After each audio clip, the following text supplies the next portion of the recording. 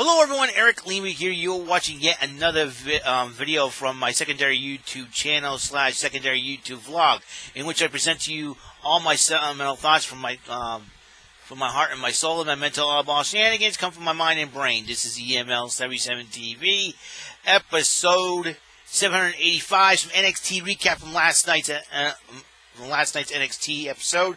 I got some also some breaking news concerning the WWE Network. Stay tuned for that. It started off like Karrion Kross versus Danny Burch. Now, Karrion Kross is trying to get an NXT Championship match against Keith Lee, and he's been making the demands. If Keith Lee does not make the match, everybody's going to get attacked. So Danny Burch and Karrion Kross fought it out back and forth. Kross won by submission. Keith Lee came down with an NXT contract in his hand, saying it's the title match for NXT TakeOver 30. Keith Lee already signed it. William Regal already signed it. Karrion Kross ended up signing it.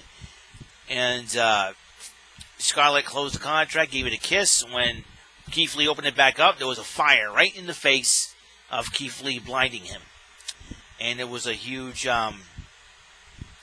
It was a huge main concern throughout the rest of the matchup. Drake Maverick took on Killian Dane, ended up a no contest because the Undisputed Era came out, hit the ring, attacking both competitors. And Adam Cole had a few choice words to say to Pat McAfee. So that was a huge moment for Undisputed Era.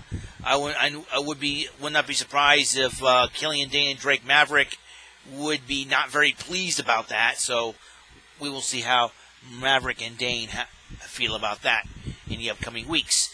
Santos Escobar went 1-on-1 with the half of Breezango, Tyler Breeze. Escobar won after Legado Fantasma hit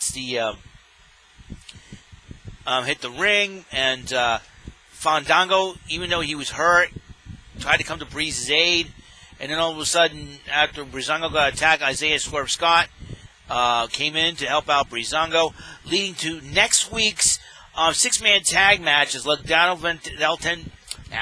Six-man tag team match with Legado del Fantasma. That'll be Santos Escobar, the NXT Cruiserweight Champion, Joaquin Wilde, and Raul Mendoza versus Isaiah Swerve Scott and Breezango. Mia Yim, who was not focused because of Keith Lee, her boyfriend, getting hit by fire, but she fought Indy Hartwell, and she came back to win it. So she beat Indy Hartwell. Bronson Reed, the resident thick boy, versus Damian Priest. The match went well. And Bronson Reed picking up the victory. Aaliyah and Mercedes Martinez of the Robert Stone brand facing the Teen Ninja team of Kaden Carter and Casey Catanzaro. And Aaliyah and Mercedes Martinez picks up the victory. Rhea Ripley shows up, tries to get at Mercedes Martinez. Aaliyah tried to help her out, and here comes Shotzi Blackheart. So I would not be surprised if a women's tag team matchup will be in the works for Shotzi Blackheart and Rhea Ripley.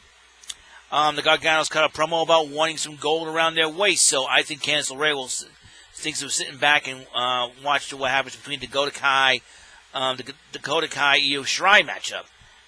And then Johnny Gargano has got a second chance ladder qualifying match against Ridge Holland, and Finn Balor's got the other one against the person who did not get pinned or submitted in the triple threat match coming up. So it's Kushida versus Cameron Grimes. I like saying his name.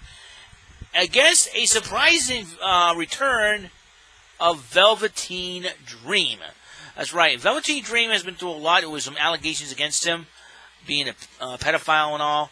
A lot of people on Twitter are not receiving it very, very well, of Velveteen Dream's return to the ring. And that would be... It was something else to... So, I assume that the case was over, or it's closed, or no evidence was found, or anything else like that. And a lot of people have been trying to be social justice warriors. I can understand, pedophilia is a very, very serious issue going on in this country and all over the world. I can understand that. So, and unfortunately, some celebrities could end up being caught in that, including wrestlers, and in this case, Velveteen Dream. But looks like I think everything is settled. Probably not enough evidence or something like that. Lawyers, probably when lawyers get involved, cases close real quick on that. That's what happens. Plus, I think there was a car accident too that he was involved in as well. So, and everything's settled. So, but Velveteen Dream did not pick up the victory. Cameron Grimes, of all people, has picked up the victory. And then Velveteen Dream took his anger out on Kushida, but then was confronted by Finn Balor. So next week, 3 matches happening on the card already. 2 second chance ladder qualifying matches. That would be Johnny Gargano going one-on-one with Rich Holland, and Finn Balor going one-on-one with Velveteen Dream. That'll be a heck of a match for sure. And then you got the 6-man tag. Legado del Fantasma. That'll be Santos Escobar, Joaquin Wilde, Raul Mendoza versus Isaiah Scott and Breezango. That will be Tyler Breeze and Fandango. And for a second week, no retribution. So something's going on. Something is going on. I just had something's going on. It's got to be some superstars from NXT that are making the. It's just 3 guys and 2 girls. Could it be the Forgotten Sons? And Vanessa Bourne? I don't know. That could be something.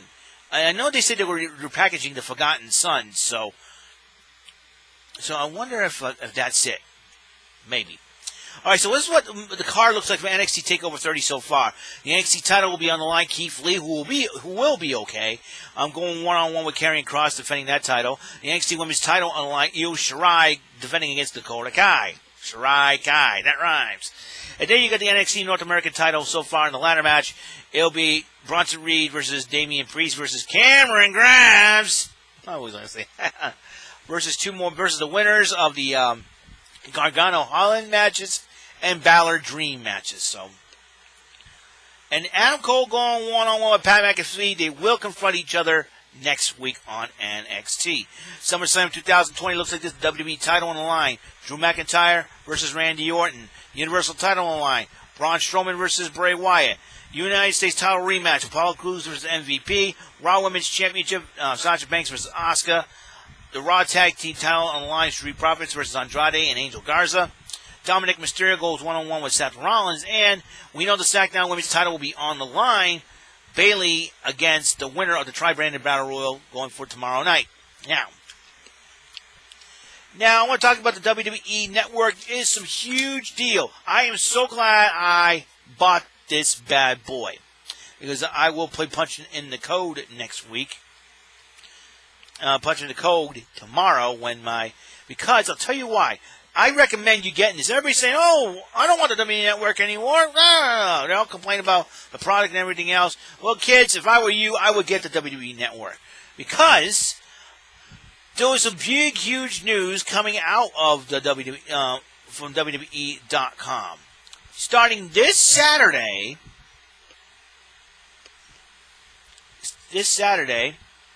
the best independent wrestling companies are coming to the WWE Network this Saturday.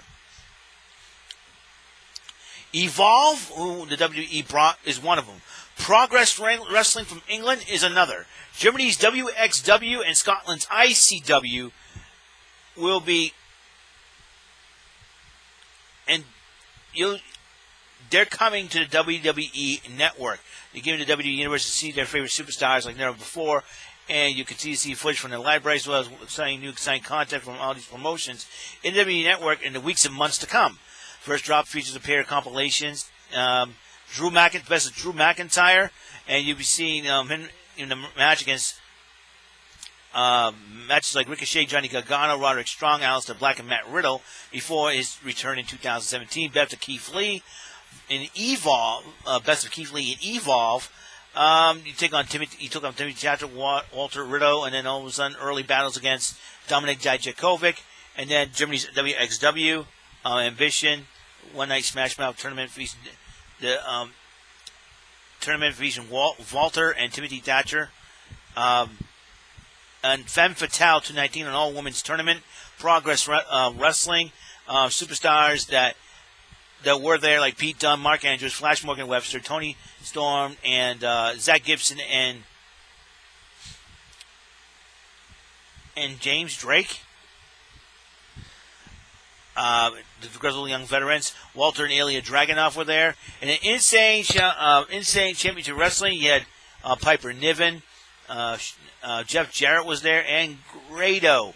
It was like they mentioned Grado. Could be signing on. So it's going to be a lot of fun. So if I were everybody, get the network. You get the network. I recommend it wholeheartedly. That's going to be something I'm looking forward to every single.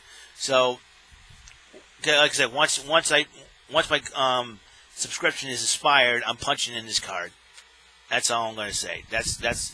I'm punching in this card, I'm punching the code, and you get it. And I just can't wait. I just cannot wait because everybody's already concerned about Madonna's "Like a Prayer." That was Grado's theme entrance music, so it's going to be something to behold. In the meantime. Alrighty then, that is all the time we have on this show. This is episode 785 NXT Recap of August the 12th, 2020. I'm really excited about what's going to happen tomorrow night on SmackDown. There's already one match already happening. Big E going one-on-one with John Morrison, so that's going to be a heck of a matchup.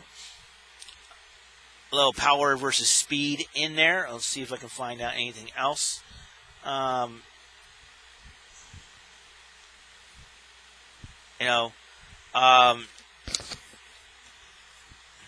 Coming this Friday night on SmackDown, Strowman and Wyatt, they're going to probably go.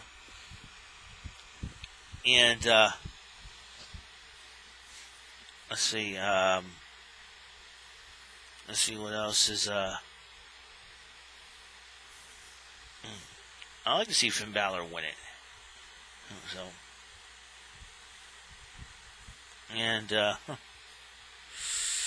So the big issue is that Retribution has not shown up on NXT, and this is the second week in a row.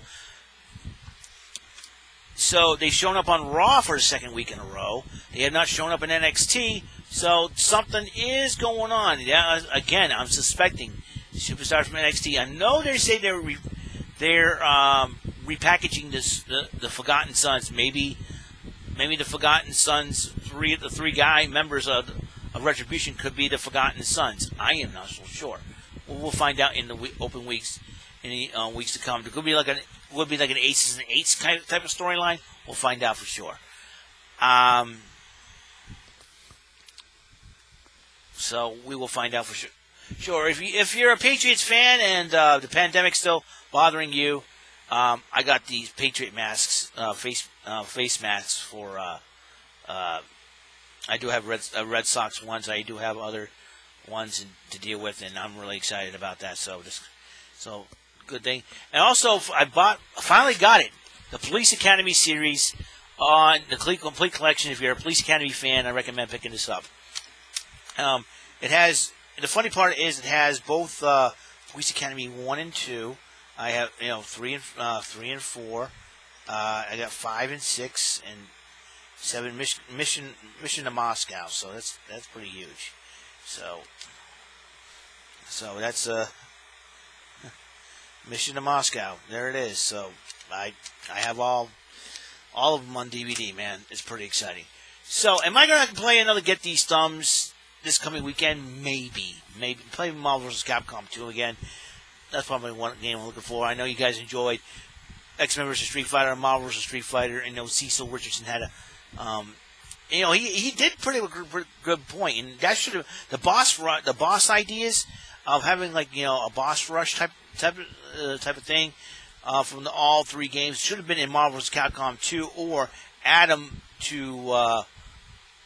It could have been on Marvel vs. Capcom 3. I'm just saying, or Marvel vs. Capcom Infinite. So maybe I should get that. Maybe I should get a PS4.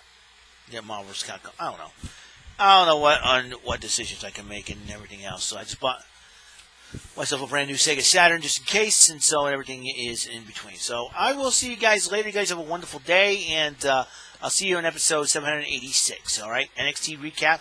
I'll do a SmackDown recap possibly tomorrow night after SmackDown is over, and or Saturday morning. We'll find out. All right, I'll see you guys later. Have a wonderful day. God bless.